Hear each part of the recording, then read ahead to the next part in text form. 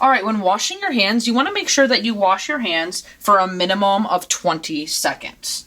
So the first thing we're going to do when we go to start to wash our hands is we're going to turn our faucet water on, and we want to make sure it's a little bit on the warmer side.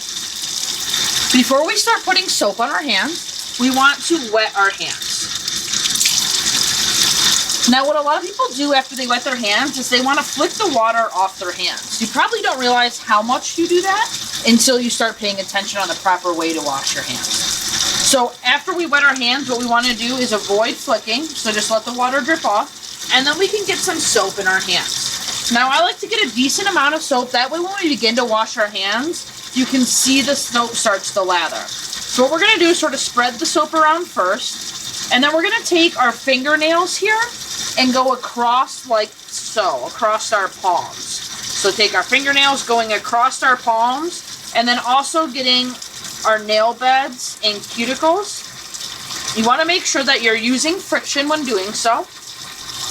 Then we're going to move to the thumb, getting around our cuticles and nails. That's where we hold a lot of bacteria and microorganisms. We're going to get the back of the hand, a little bit of the wrist, getting the side of the finger and the hand. That's an easily missed spot. In between the fingers, making sure to still get around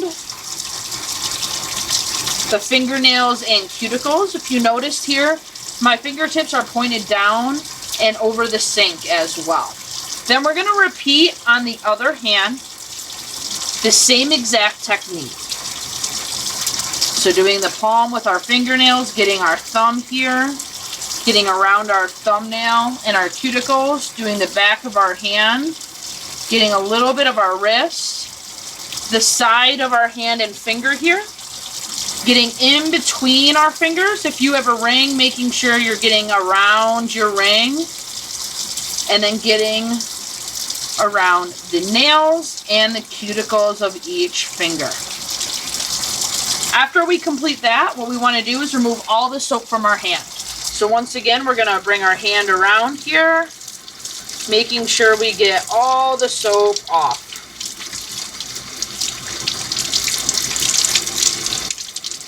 And when we're finished there, once again, remember not to flick. Of course, I have a little soap left. Let me just make sure I get it all off here. So no flicking.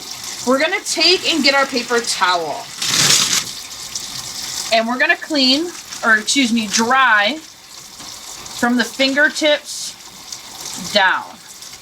And we don't want to come back up because we only clean to here. So if I start cleaning or drying further up and come back up to my fingertips, I can bring bacteria up. That's going to go directly in our trash. We're going to get another piece of paper towel and we're going to dry our other hand. That goes directly in the trash. And then our third piece of paper towel, we're going to use a dry piece of paper towel to turn off the water. The reason why we want to use a dry piece of paper towel to turn off water is because microorganisms and bacteria go through moisture. So if we used a paper towel that was wet and we went to go turn off the faucet, what's going to happen is the bacterium, the moisture, and the microorganisms are going to go through that. Now, after we turn this off, what we want to do is immediately put it in the trash. Now, what I see a lot of people do is they take the paper towel and they'll ball it up in their hand.